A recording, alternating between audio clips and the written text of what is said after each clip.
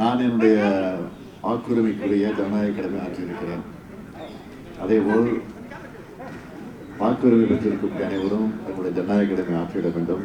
மறந்துடாமல் அதை புறக்கணித்திடாமல் அந்த ஜனநாயக கடமை ஆற்றிட வேண்டும் என்று உங்கள் மூலமாக நான் வேண்டுகோள் விடுக்கிறேன். நீங்க நினைக்கிற மாதிரி இந்தியாவுக்கு வெற்றி தான்.